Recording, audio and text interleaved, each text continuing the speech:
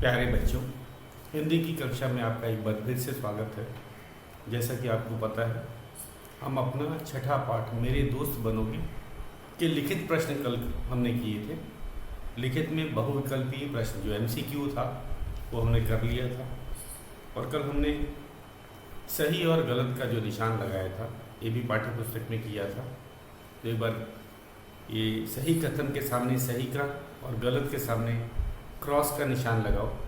तो एक बार उसको फिर से दोहरा देते हैं, और उसके बाद हम भाषा से जो कि व्याकरण से संबंधित प्रश्न होते हैं आज उनको पढ़ेंगे। तो पहला है हमारा सही कथन के सामने सही का और गलत कथन के सामने क्रॉस का निशान लगाओ। क भाग है, मोर भारत का राष्ट्रीय पक्षी है, तो ये सही जवाब है। मोर भारत का राष्ट्रीय पक्षी है, तो हम इसमें सही का निशान लगाएंगे। दूसरा ख भाग है, मोर सांप से डरता है, तो ये गलत है। हम जानते हैं क्यों गलत है, क्योंकि मोर सांप का शिकार करता है, वह उसे खा भी जाता है, तो वो डरता नहीं, इस कारण से ये कथन गलत है। तो इसमें क्रॉस का निशान लगाएंगे। मोर उड़ नहीं सकता, ये भी गलत कथन है, क्योंकि मोर शिकारी पक्षी को देखकर उड़ जाता है और किसी बड़े ऊंचे वृक्ष पे या पेड़ पर बैठ जाता है, तो ये गलत है कथन। मोर उड़ सकता है, मोर भले बड़ा होता है लेकिन मोर आसानी से उड़ सकता है। घ है, मोर के पैर बड़े ताकतवर होते हैं, ये एकदम सही बात है। मोर के जो पैर होते हैं बहुत ताकतवर होते हैं, इसी से ये सांप का भी शिकार कर सकता है, और ये ज़रूरत पड़ने पे बहुत तेज़ दौड़ लगाता है। मोर जो है उसके पैर इतने ताकतवर होते हैं कि कभी कभी तो वो दौड़ लगा करके भी अपने शिकारी को हरा देता है, तो ये सही जवाब था। पांचवा है हमारा, मोर के सिर पर सुंदर कलगी होती है, तो एकदम सही कहा गया है। मोर को पक्षियों का राजा इसीलिए कहा जाता है क्योंकि वो देखने में सुंदर होता है और उसके सिर पे कलगी होती है, जो कि किसी जैसे राजा मुकुट पहनता है, ठीक उसी तरह मोर के सिर की जो सुंदर कलगी होती है वह काफ़ी सुंदर लगती है, और ये सही जवाब। तो मोर के सिर पर सुंदर कलगी होती है, सही जवाब है, सही का निशान आपको लगाना है। और आज आपको पता ही है हम भाषा से के अंतर्गत ये प्रश्न करेंगे कि व्याकरण से संबंधित प्रश्न होते हैं। तो शुरुआत करते हैं भाषा से।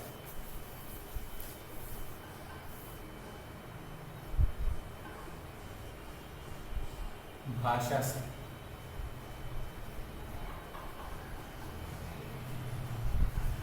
पहला प्रश्न, भूलकर पढ़ो।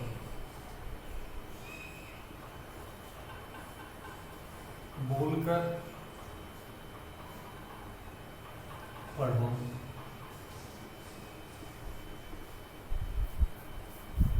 समझो,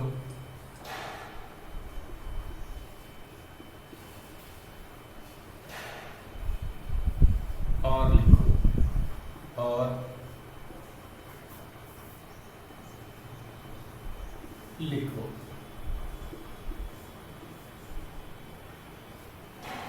तो क्या है इसको जरा देख लेते हैं। न हलंत, न में हल का निशान लगाया है। न हलंत जमा य, उसके बाद में ये बना शब्द क्या बना, न य, आधा न। एक उदाहरण दे रखा है, अन्य,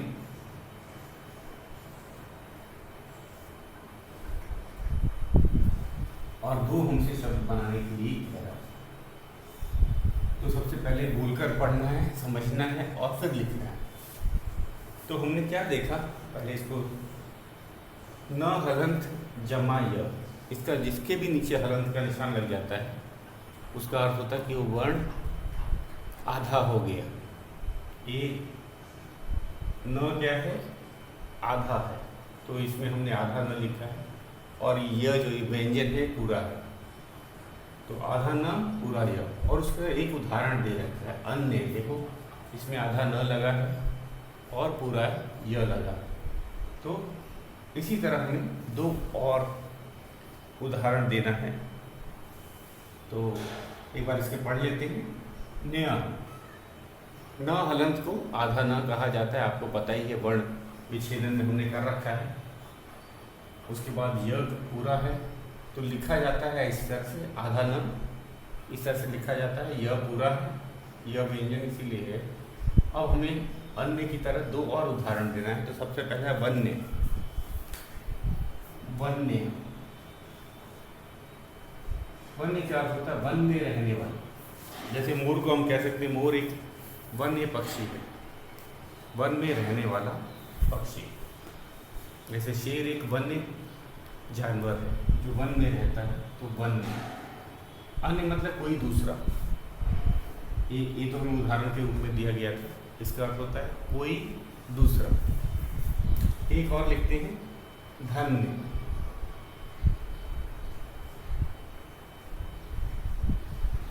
सुना होगा आपने ये वर्ड कि मुझे तुम्हारे जैसा दोस्त मिला तो मैं धन्य हो गया। तो धन्य, इसमें आधा न है और पूरा य है। तो इन शब्दों को हमने देखा है कि न हलंत जमा य न्य बनाता है, आधा न और य से बनने वाला एक शब्द है अन्य।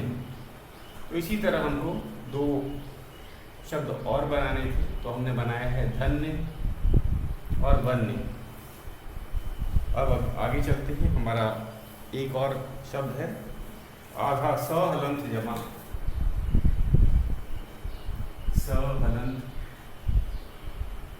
जमा व, क्या हो जाएगा? स्व हो जाएगा, स्व। आधा स इस तरह ही लिखा जाता है, आपको पता है, और पूरा व स्व। एक उदाहरण दे रखा है स्वच्छ। ये उदाहरण जो है स्वच्छ,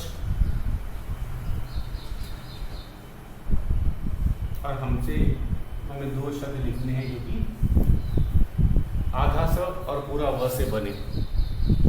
हमें दो ऐसे शब्द लिखने हैं जो कि जिसमें आधा स और पूरा व आता है। जैसे स्वच्छ, ये तो दे रखा है हमें।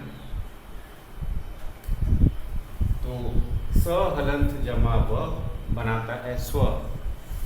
और एक शब्द हम लोग लिखते हैं स्वतंत्र। स्वतंत्र, भारत एक स्वतंत्र देश। भारत एक स्वतंत्र देश है। तो स्वतंत्र का अर्थ होता है आज़ाद। तो इसमें भी आधा स लगा है और पूरा व लगा है, स्व। तो हमें स्व से बनने वाले शब्द लिखने थे। एक हमने लिखा स्वतंत्र। दूसरा है स्वर्ग। कहते हैं देवता जो है स्वर्ग में रहते हैं। ये भी आधा स पूरा व स्व से बना है। और ग पे र, स्वर्ग। तो स्व से बनने वाले हमने दो शब्द लिखे, स्वतंत्र और स्वर्ग। और न्य, आधा न पूरा य, न्य से हमने लिखा था वन्य और धन्य। तो एक और शब्द बता रहा है त हलंत जमा, त हलंत जमा र। ये क्या बना? ट्र। ये इस तरह से लिखा जाता है। ये जो र है ट के साथ जब लगता है तो इस तरह से लिखा जाता है। उदाहरण दे रखा है राष्ट्र। ये उदाहरण हमने दिया हुआ है। राष्ट्र मतलब देश। राष्ट्र मतलब देश। भारत हमारा राष्ट्र है। भारत हमारा राष्ट्र है। राष्ट्र का अर्थ होता है देश। और हमें ट्र वाले जो शब्द हैं, इनसे दो शब्द बनाकर लिखने हैं। तो राष्ट्रीय ध्वज आपने सुना होगा, राष्ट्रीय ध्वज, जैसे तिरंगा हमारा राष्ट्रीय ध्वज है, हम लिखेंगे राष्ट्रीय ध्वज।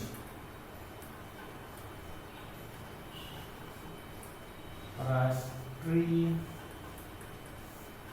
तो राष्ट्र से बना है राष्ट्रीय, और राष्ट्रपति जो शब्द है वो भी हम लिखते हैं राष्ट्रपति।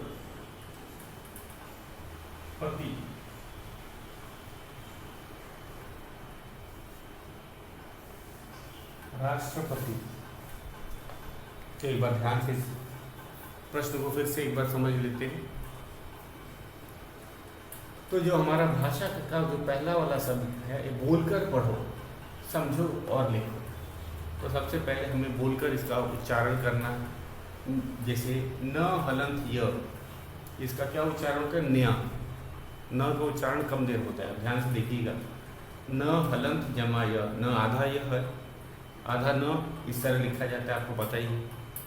और यह है न्या, तो न्या का उच्चारण कम होना चाहिए। जैसे अन्य, अन्य उदाहरण दे रखा है, इसमें न का उच्चारण आपने देखा हो कि अल्प उच्चारण, किसी कम उच्चारण वाले को अल्प उच्चारण कहते हैं, तो बोलेंगे अन्य।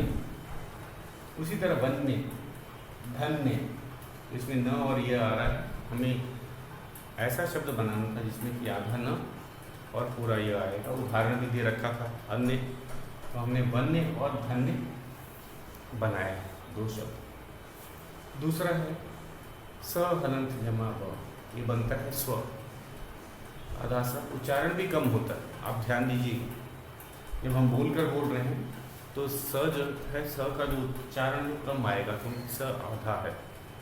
स्व, स्व, स्वच्छ, ये आधा स है, उच्चारण कम रहेगा, भले ही शुरू में क्यों ना आ रहा।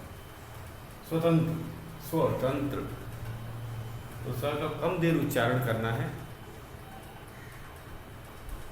स्वतंत्र, स्वर्ग, सवर्ग नहीं बोलते, सवर्ग। अगर हम पूरी तरह से अगर उच्चारण बोलेंगे तो ये गलत होगा। सवर्ग, इसको आधा ही उच्चारण करना, अल्प उच्चारण कैसे? स्वर्ग, जल्दी से। नहीं तो कुछ बच्चे इसे क्या पढ़ते हैं? सवर्ग, पूरा स का उच्चारण नहीं करना है, स आधा। स्वतंत्र, ये भी गलत उच्चारण, स्वतंत्र होता है, स्वतंत्र, स्वर्ग होता है, सवर्ग नहीं होता। तो उच्चारण से भी बहुत फर्क पड़ता है, हमें इसीलिए बोलकर वो पढ़ने के लिए कहा गया है। और ट हलंत जमा र, ट्र, जो ट्र है इस तरह से नीचे वाला, जो ट में र लगता है, इस तरह वाला जो है, उदाहरण दे ही रखा है। राष्ट्र, राष्ट्र का अर्थ मैंने बताया था देश। भारत हमारा राष्ट्र है, और राष्ट्रीय, तो इसमें भी ट में र लगा है, तो राष्ट्रीय। जैसे तिरंगा हमारा राष्ट्रीय ध्वज है, तो राष्ट्र, राष्ट्र से ही बना राष्ट्रीय। और राष्ट्रपति एक पद होता है, भारत का सबसे ऊंचा संवैधानिक पद है राष्ट्रपति का, तो राष्ट्रपति। तो इसमें भी राष्ट्र में भी ट में र लगा है, राष्ट्रपति। तो ये था हमारा शब्द। एक बार फिर से ध्यान दीजिएगा, मैं बोल करके इसका उच्चारण कर रहा हूँ और शब्दों को बोल रहा हूँ। न हलंत जमा य, न्या, न का उच्चारण कम होना चाहिए क्योंकि न आधा है। उदाहरण के तौर पे अन्य, वन्य, धन्य। न हलंत जमा य, न्य, न्य। उदाहरण अन्य हमने लिखा, दो उदाहरण वन्य और धन्य। दूसरा है स हलंत जमा ब, स्व, स्व। उदाहरण दिया गया था स्वच्छ, हमने लिखा दो उदाहरण स्वतंत्र, स्वर्ग, स्वतंत्र और स्वर्ग। ट हलंत जमा र, ट्र, इसको कैसे पढ़ेंगे? ट्र, ट कम देर, र का उच्चारण ज़्यादा होना चाहिए। ट का उच्चारण कम, र का उच्चारण ज़्यादा होना चाहिए। ट्र, तो इससे शब्द बना है राष्ट्र। हमने बनाया दो शब्द, राष्ट्रीय, राष्ट्रपति। तो ये था हमारा पहला प्रश्न। ये बहुत ही आसान था, इसको बोल करके आप अभ्यास करेंगे, समझ तो गए ही गए हैं उच्चारण कैसे करना है। हलंत वाला जो शब्द होता है उसका उच्चारण कम देर किया जाता है क्योंकि वो आधा वर्ण होता है, आधा व्यंजन जो है इसमें, आधा न ही है, आधा स और आधा ट, तो इनका उच्चारण कम देर किया जाता है। और हमने शब्दों को, आप इसके अलावा भी शब्द लिख सकते हैं, जरूरी कि जो मैंने वन्य धन्य लिखा है, स्वतंत्र स्वर्ग लिखा है, राष्ट्रीय और राष्ट्रपति लिखा है, आप इसके अलावा अपने शब्द भी लिख सकते हैं। तो जरूरी नहीं कि जो मैंने लिखा है ठीक आप वही लिखें। दूसरा है हमारा प्रश्न बहुत आसान, इन शब्दों के बहुवचन रूप लिखो।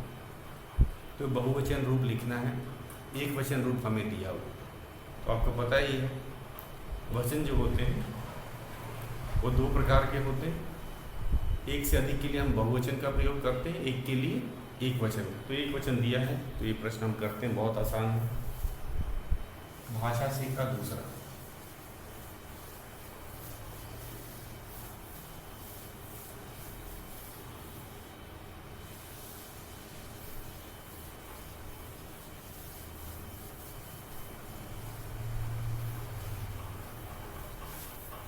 हमारा दूसरा है भाषा सी का दूसरा प्रश्न है,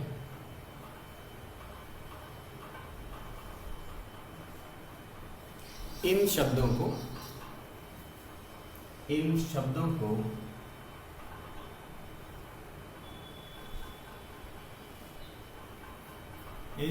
के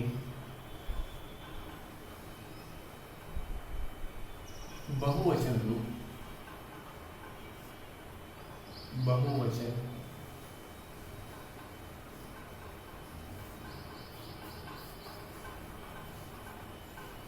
रूप लिखो।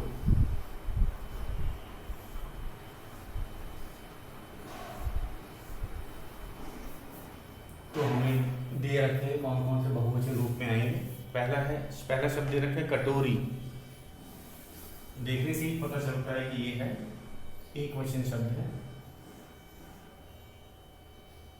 कटोरी। हमें इसका बहुवचन रूप लिखना है। तो उसके बाद है दूसरा शब्द हमारा टिड्डी। टिड्डी के बारे में मैंने आपको बताया था, ये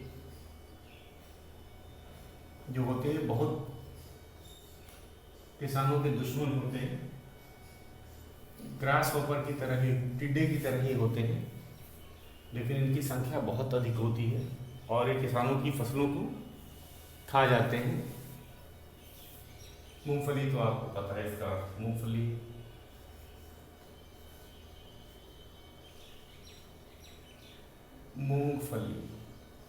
एक वचन है, इसका बहुवचन हमें लिखना है। आँख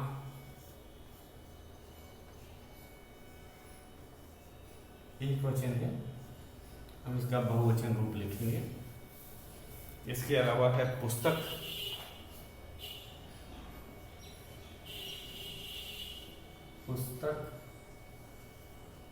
एक वचन है, हमें इसका बहुवचन रूप लिखना है। उसके बाद है दाल, एक वचन है, इसका बहुवचन रूप गर्दन,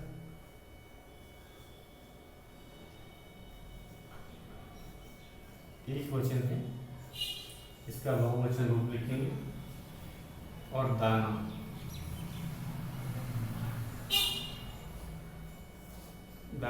एक वचन है, इसका बहुवचन रूप हम लिखेंगे।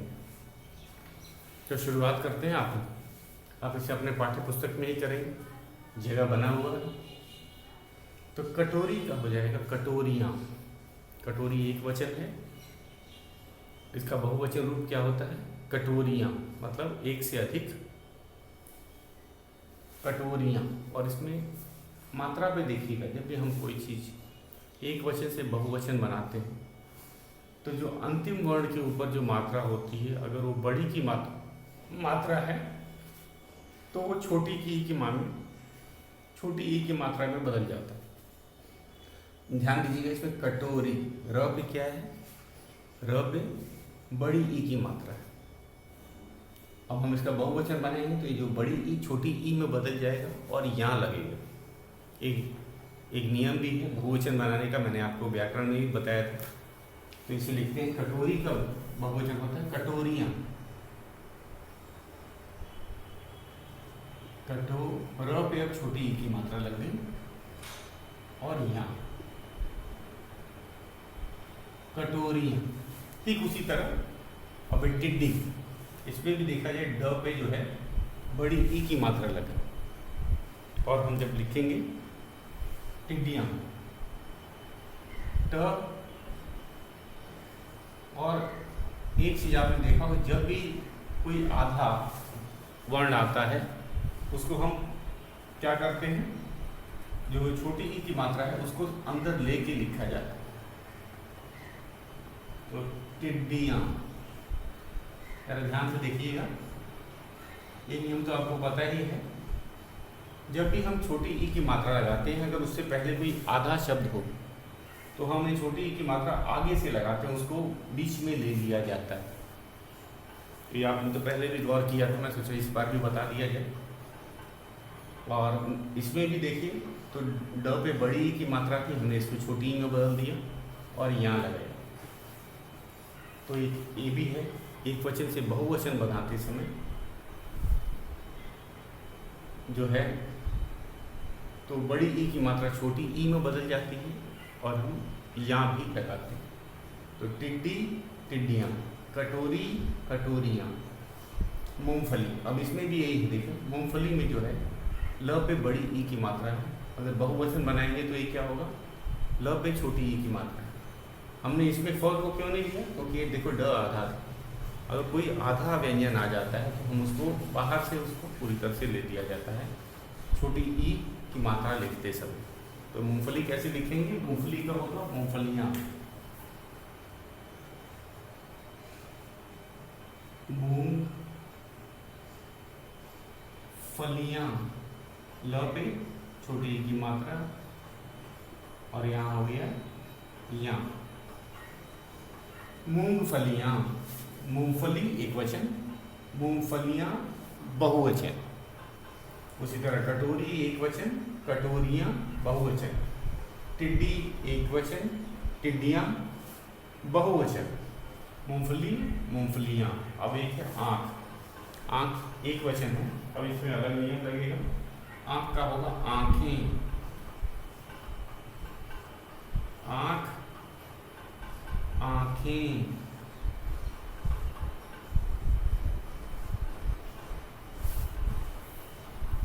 आँख एक वचन, आँखें बहुवचन, एक से अधिक। पुस्तक, पुस्तक एक वचन है, पुस्तक पुस्तकें। कैसे लिखेंगे, पुस्तक पे एक ही मात्रा और बिंदु, पुस्तक पुस्तकें। दाल दालें, दाल एक वचन है, इसका बहुवचन होता है दालें।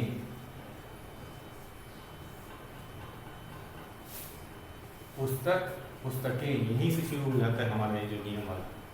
आँख आँखें, पुस्तक पुस्तकें, दाल दालें। फिर आ जाते हैं गर्दन, गर्दन का भी ये भी, उसमें भी यही नियम होगा। गर्दन एक वचन है, गर्दने।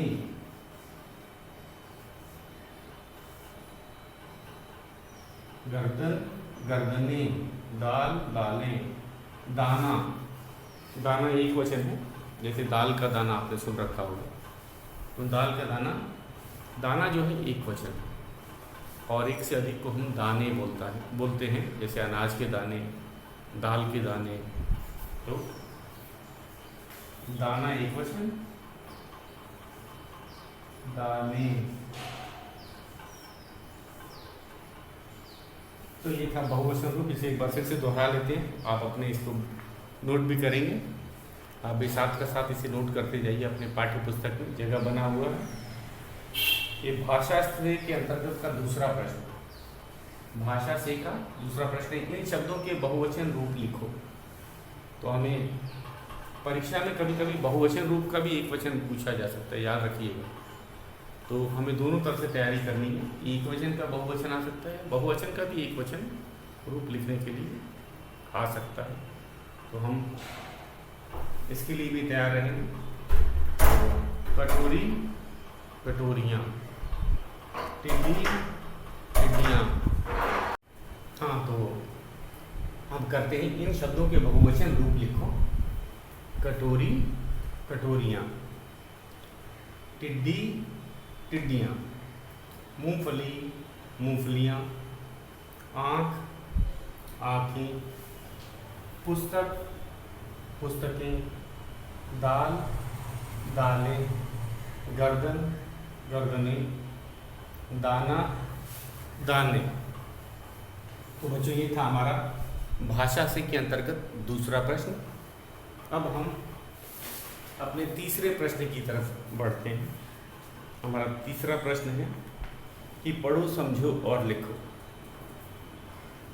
कई रंगों के नाम उसी रंग की वस्तु के नाम से बनते हैं। जैसे कि हमने देखा इस पाठ में भी हमने क्या देखा कि जैसे कि बादामी रंग के बारे में मैंने बताया, मोर का जो पेट होता है वह बादामी रंग का होता है। अब ये रंग कौन सा होता है? बादामी। तो आपको पता होगा कि हिंदी में बहुत से ऐसे रंग होते हैं, खासकर उनकी हम कहेंगे शेड की बात की जाए तो हम किसी ऐसी जो प्रचलित वस्तु होती है जिसे हम देखा करते हैं उसके रंग के अनुसार करते हैं। जैसे आसमानी रंग, तो हल्का जो नीला होता है, आसमान का रंग क्या होता है? हल्का नीला रंग, तो हम उसे आसमानी रंग बोलते हैं। और आसमान सबने देखा होता है।